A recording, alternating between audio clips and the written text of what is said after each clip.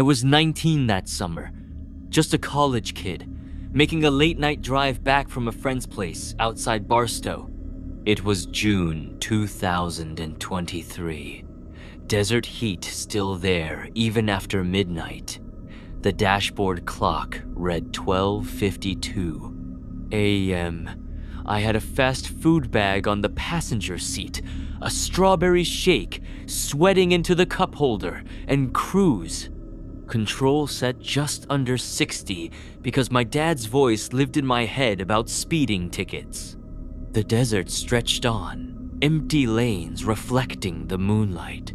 A semi thundered by in the opposite direction, once every 10 minutes. Otherwise, it was just me and my playlist. Night drives out here were supposed to be peaceful, nothing but space, the smell of hot asphalt, and the low rattle of a loose straw clicking in its plastic lid. Then came the lights. Red and blue strobes erupted in my rear view, washing the cabin in frantic color. No siren, just the lights. They belonged to a dark sedan hugging my bumper. Out here, you don't ignore law enforcement. So, I signaled, eased onto the shoulder, and hit my hazards. Dad's rules. Windows down, dome light on, wallet out, hands at 10 and 2. Show them you're no trouble. But even as I went through the motions, something felt off. The strobes flickered too fast, like cheap aftermarket bulbs. No light bar on the roof. The headlights looked dim, tinted wrong. My hazard lights ticked orange across the desert silence. And for the first time all night, I noticed how far from town I really was. The man who approached wasn't dressed like any cop I'd ever seen, but he pulled up, face hidden in shadow despite my dome light. No hat, no badge, no radio, no belt. His right hand stayed, tucked behind his thigh, until he got close enough to rest a crowbar against my doorframe. "License and registration," he said flatly. No greeting, no explanation for the stop, no flashlight. Sweeping my car like usual. His eyes never settled, always darting down the road, then back again, like he was waiting for something to appear. I stayed still, trying to breathe. Normally, orientation week safety tips floated up from some buried corner of my brain. If something feels off, call 911, put hazards on, drive to a lit area. A real cop would understand. A fake one wouldn't. I'll grab the registration from the glove box, I said, keeping my voice level. My foot shifted onto the brake and my hand slipped the shifter into drive. The man looked at me like a bird sizing up prey. The crowbar scratched. The paint as he leaned closer. That was enough. I let the brake go, swung back onto the shoulder, and floored it. Gravel spat everywhere. The crowbar whooshed past my window, missing by inches, leaving only a scrape across the door panel. The sedan lunged forward. Behind me, strobe still stuttering, but no siren, no radio squawk, just engine noise. He tucked tight into my slipstream, so close I could feel the pressure shift in the air around my car. Doors. I slammed 911 on speaker. 911. What's your emergency? I'm on 58 eastbound outside Barstow. Unmarked car lit me up. Guy came at me with a crowbar. No badge, no siren. I'm driving to the next exit. The dispatcher was calm. Keep hazards on. Do not stop. On the shoulder. Continue to a lit populated area. Deputy is en route. Can you describe the vehicle? Dark sedan. Older. Tinted. The lights don't look right. He's right on me. The road bent. Downhill. My engine screamed as I pushed past 70. In the mirror, the sedan bobbed. In and out of my lane, like it wanted to cut me off. My hands locked on the wheel, sweat soaking the leather. The green sign for the next exit appeared like a lifeline. Blood lights rose behind it. Truck stop. I took the ramp hot, tires squealing, hazard lights hammering the dark. The truck stop glowed, and a handful of smokers by the door staring as I pulled in. My hazard flash painted the building orange. Behind me, the sedan slowed on the frontage road. It sat there 30 seconds, just watching before gliding. Away with no signals, vanishing into the desert. The dispatcher stayed with me until a real cruiser rolled in a minute later, light bar cutting the lot in bright blue. The deputy wore the full uniform, badge, belt, radio, hat. The sight of him unclenched something deep inside me. "You the caller?" he asked. "Yeah, I," said my voice thin at this point. He stopped me with no siren, came up with a crowbar. "Good thing you left." The deputy said simply, "We've had a couple of these along the corridor." He took my info, crouched to examine the scrape-in, my door, and shook his head. "Not a baton mark. That's a pry tool." This was no cop. He told me I'd done the right thing. Hazards, 911, lit area. Real officer will understand. Fake one hates it. The sedan never came back. Another unit searched the frontage road. I sat with a styrofoam cup of gas station coffee, hands wrapped tight. Even though they weren't shaking anymore. When I finally merged back onto the highway, every pair of headlights felt like trouble. The sheriff's office later confirmed. Other reports, no plate, matches. The cars varied, but the behavior was the same. Fake stops, late, night, isolated drivers. They never caught anyone. But I know now. Not everyone who flashes red and blue has the right to make you stop. And when someone asked me what I would have done if he was real law enforcement, the answer is easy. A real cop doesn't need to scare you into submission. They've got radios, sirens, procedures. They can stand up to the light. The man on the shoulder that night couldn't, and that's why I'm still here to tell it. I don't usually stop at little two-pump stations in the middle of nowhere.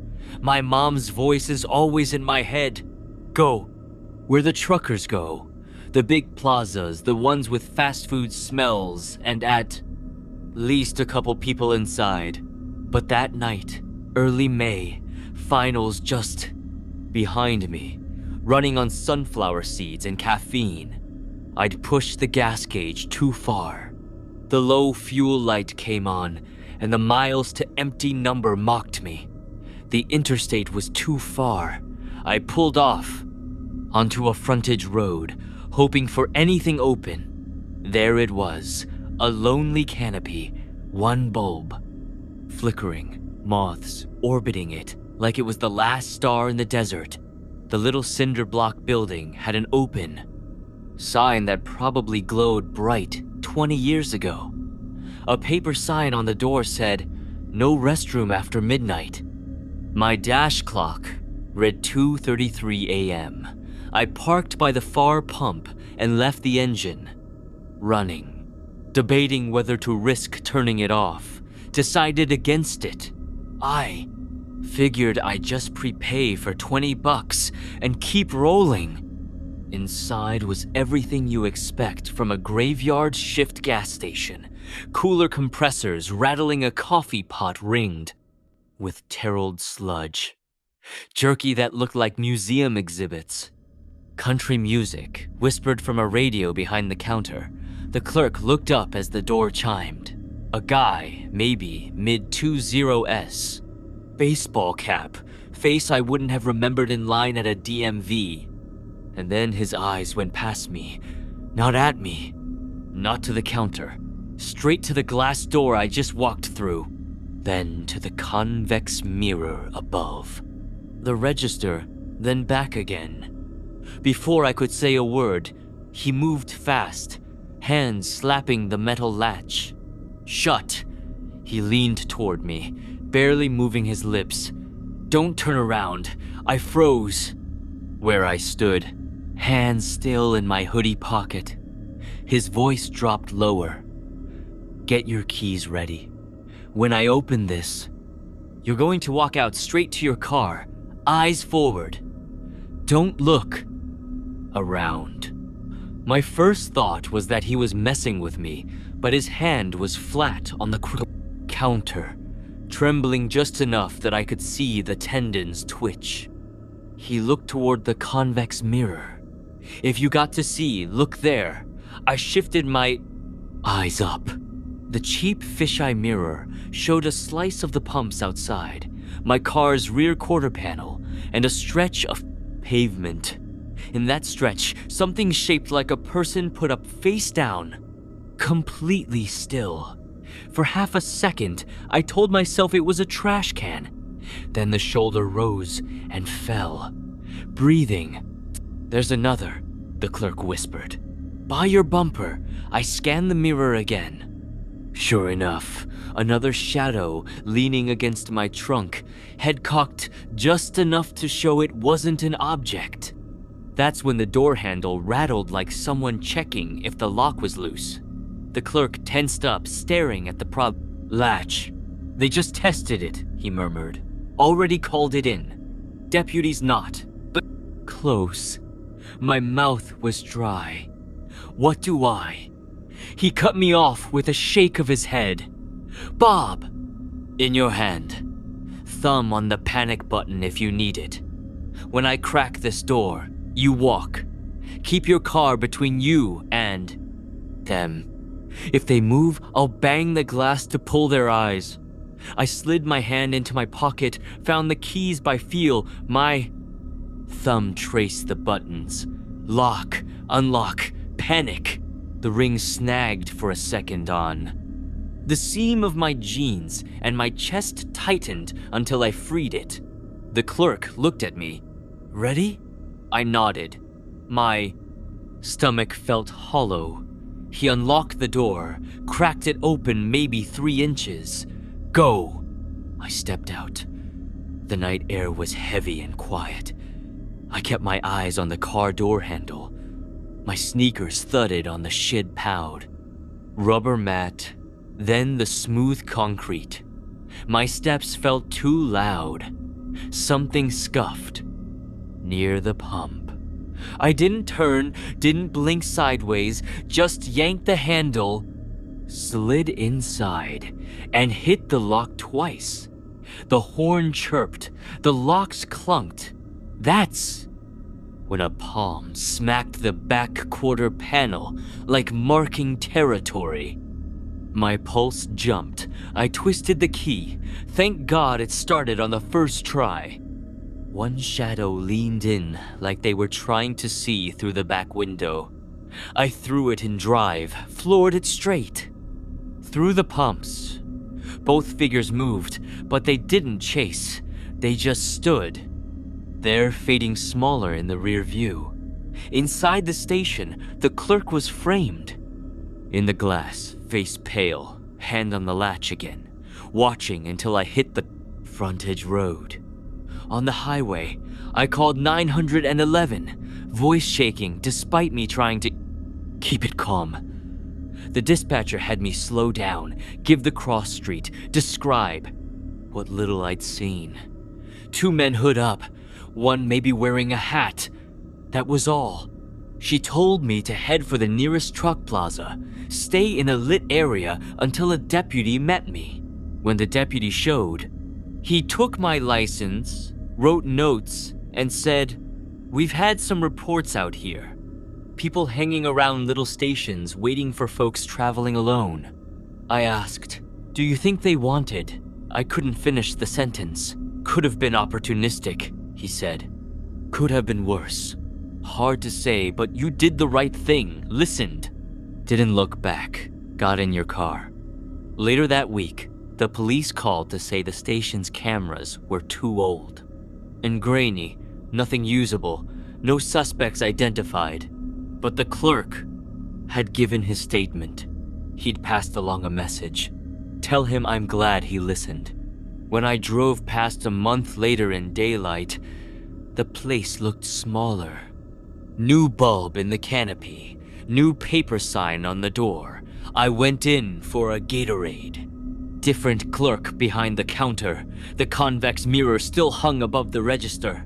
I caught myself checking it before I stepped back outside. I'll never know exactly what those guys wanted. Maybe a robbery. Maybe something worse. All I know is that a stranger locked a door, whispered for me to listen, and probably saved me from a night that could have gone a whole lot darker.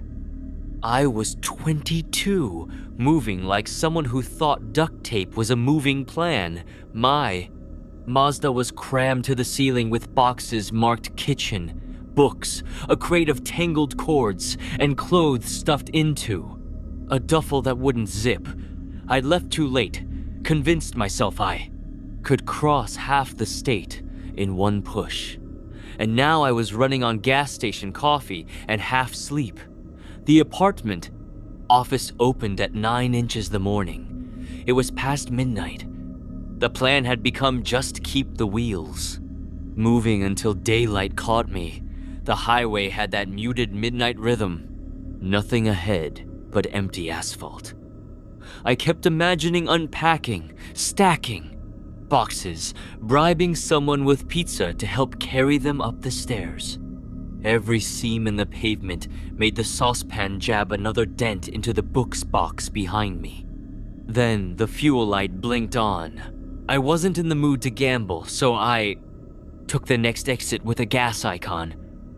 The billboard promised clean restrooms and fresh donuts, but what I got was a 24-hour stop with 3 working pumps and a store that looked like it had given up on charm a decade ago.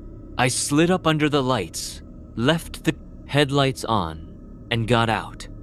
Then I saw a guy walking fast out of the dark edge of the lot. Wrinkled sport coat, pizza logo, t-shirt, unshaven face. He looked like he'd once tried to be presentable and then quit halfway. "Trade me cars," he said like we'd been in a conversation already. I blinked. Sorry, cars, keys." He pointed at a dented sedan parked at the curb with a mismatched passenger door. "The feds tagged mine. Yours is clean. You're going east, right? Perfect swap." I half laughed, half choked. Yeah, no, but he didn't move on. Instead, he started circling the back of my Mazda, eyeing the taped boxes like he was shopping. "Where you headed?" "Apartment complex near the stadium. I used to live there." He looked from my license plate to the sticker on my windshield like he was cataloging details. "You alone?" I stepped between him and the trunk.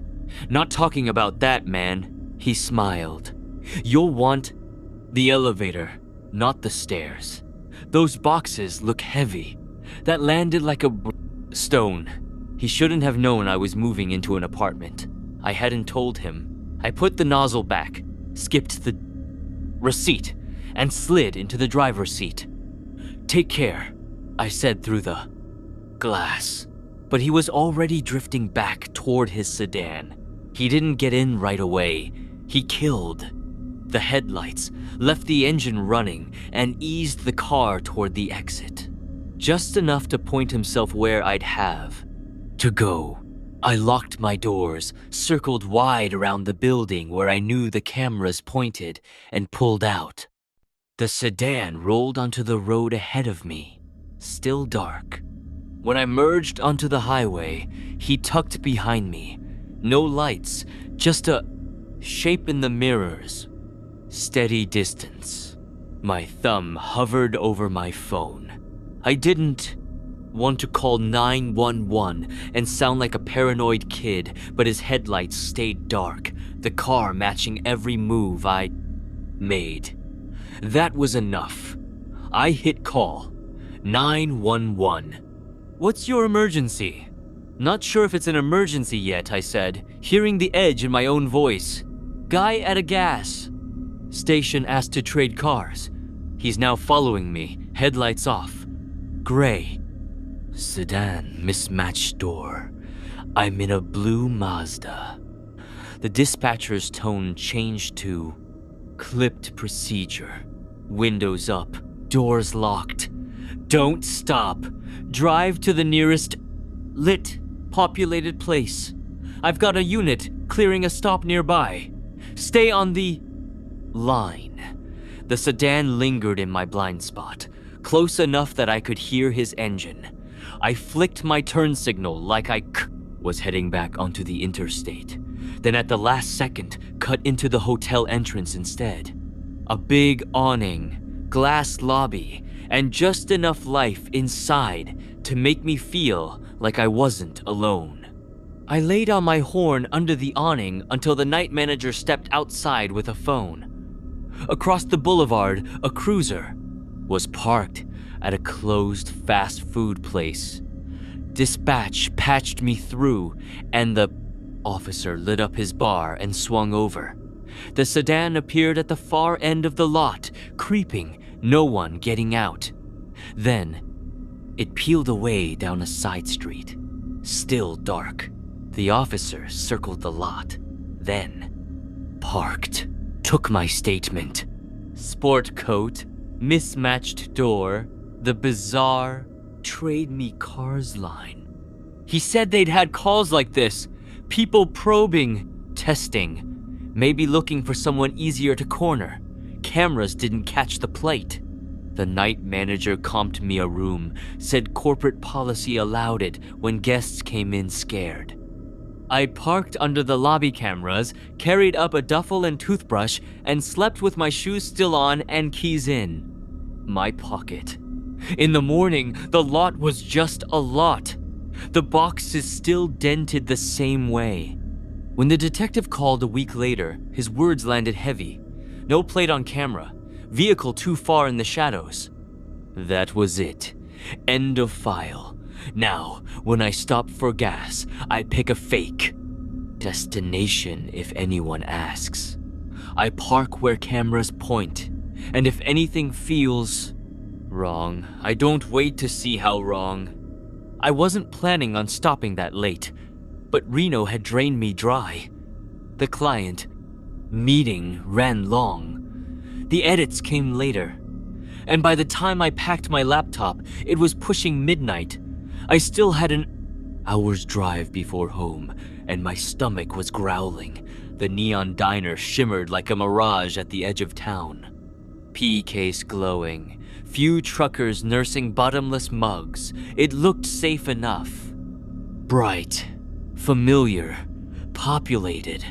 I parked my blue hatchback under a lamp, where I could see it. Habit. I like to keep my car in sight.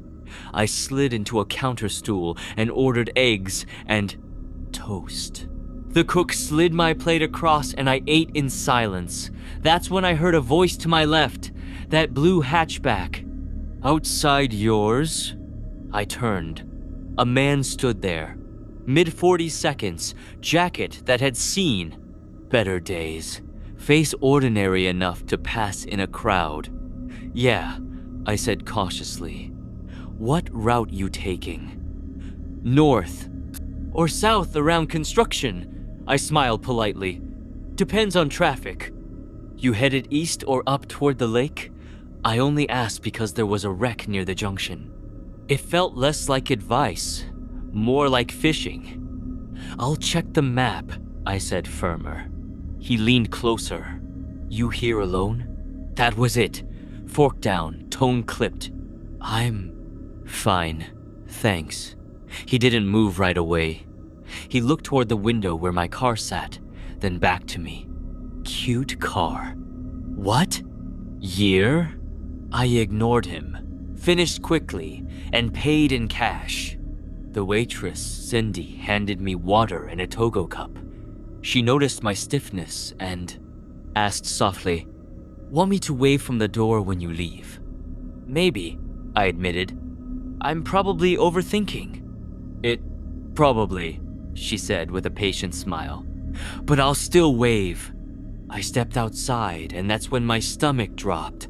My front right tire looked low, not flat, but off. And the valve cap was gone. There was even a half-moon smear of clean rubber where someone had swiped the dust away. I crouched like I was tying my shoe, scanning the lot without turning my head. A sedan sat dark a few spaces. Down, a man slouched in the driver's seat. In the diner window, Mr. Questions was at a booth, coffee in hand, eyes tilted toward my car. I went back. Inside, could one of you walk me out? I asked Cindy. The tire's been messed with. The cook set down his spatula without hesitation. We got you. The three of us walked out together. The cook squatted, pressed the tire, and shook his head. Lo, someone bled it. Cindy stood by me with her arms crossed. I got in the car and locked it, cracking the window to thank them. I'll head to the big station with the flag. They watched me roll away. The hatchback felt a little soft at the front, but I made it to the gas station, lit like a stadium. I checked all 4 tires. Front right was down to 22 pounds per square inches. I refilled it. Under the bright lights, bought cheap valve caps, and grabbed a portable inflator. When I pulled away, I texted a friend. Tire messed with at the flag station. All good now. The drive home was uneventful, but the tight coil in my chest didn't release until my garage door closed behind me. The next morning, I called the non-emergency line. The officer's voice was matter of fact. People sometimes do that to strand you. You pull onto a shoulder, they offer help, then you're vulnerable. I went back to the diner later that week. Cindy greeted me with relief. Together with the manager, we reviewed footage. There I was, at the counter paying. There was Mr. Question sliding into a booth that gave him a clear view of my car. The outside camera caught him, stepping out briefly, disappearing by my car, then returning. He sat watching, perfectly casual. Police burned a copy, but the angle was too poor for a plate. No ID, no arrest. That could have been the end. Nothing happened, but nothing felt wrong. Someone had tried to shape my night, and I'd walked right into their setup, except for noticing the details. Now, I park under cameras. I scan tires. Before I drive, I keep the inflator in my hatch and gloves in the door pocket. And if anyone starts collecting details about my route, my destination, or if I'm alone, I lie flat out. The real story isn't what happened. It's what almost happened. The almost is where you test your instincts, where you rehearse the sentences that get you out alive. Music. I remember that night in snapshots like photographs stacked out of order. I wasn't looking for trouble, just gas, a receipt, and the last stretch before reaching my mom's place. It was late, and my 2 kids were asleep in their car seats in the back of the minivan. That alone made the night feel calmer than most long drives. The quiet, the steady breathing, the small miracle of both of them out at the same time. We were an hour from Grandma's. I could already picture her at the door in her robe, half scolding me for being late, half thrilled to scoop up the grandkids. I slid into a station just off the highway. Not a big truck stop, just 4. Pumps under a canopy. I always park under the brightest light, a habit I don't question. It gives me a sense of being seen. I set the parking brake, check the baby monitor app on my dash. Their heads lulled, mouths slack, both out cold. Then grabbed my wallet. The pump was taped off with a handwritten sign. Inside only. I hesitated. I hate leaving the car even for a minute, but it was just a short walk, and I didn't want to wake them. Inside, a young cashier was counting bills behind the counter, barely looking up when I asked for pump 3. I slid my card, tapped the counter, and was about to turn back when something pulled at me, a tug in my chest. Through the window, I saw the rear sliding door of the van shift open, just a fraction. Not much, but enough to break the clean line of reflection on the metal. My body moved before my brain caught up. I sprinted across the lot. My hand hit the door with a slam, forcing it shut. A man in a hoodie was right there, bent low. I only saw his hands and a shadow of his jawline, but I'll never forget the way he looked at me. He didn't look startled or caught, just adjusting, like he was waiting for the next move. "Get away from my car!" I yelled, my voice cracking with adrenaline. He stepped back, palms up like this was nothing. He gave a little half smile, the kind that says, "No harm done." Then he turned and walked away slowly, as if he was just stretching his legs. I hit the horn and hard. The noise shattered the night. My hand jammed the panic button on my key fob too. Lights flashed, alarms screaming. Inside the store, the cashier jerked upright. At the diesel pumps, a trucker started jogging toward us. The man didn't run.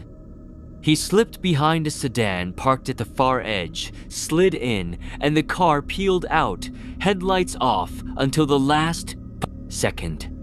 Gone. I jumped inside and hit the locks 3 times in a row just to feel them click. The monitor still showed my kids sleeping, oblivious. I was shaking so badly the horn sounded broken. The trucker knocked on my window. "You good?" he asked. He opened the back door. "My kids, you touched them?" he asked. Urgent. "No, they didn't wake. I stopped him." He scanned the lot with quick, practiced eyes. "Head to the truck. Plaza up the road.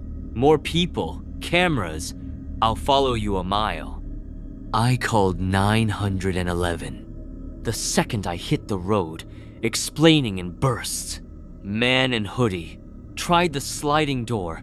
Black sedan. Left right after. 2 kids in the car. The dispatcher told me to head to a well-lit area and stay put for police. At the truck plaza, I parked directly under a camera. The trucker pulled in, across from me like a guard. 10 minutes later, a county SUV arrived. The officer was calm, careful not to spook me or the kids. He checked the van, dusted the handle, reviewed my statement. The station camera had caught part of it. Me sprinting, the sedan rolling out. They got a partial plate, not enough for an arrest. That was the end of the case, but it wasn't the end for me. I changed after that night. Child locks always engaged. Doors locked while fueling.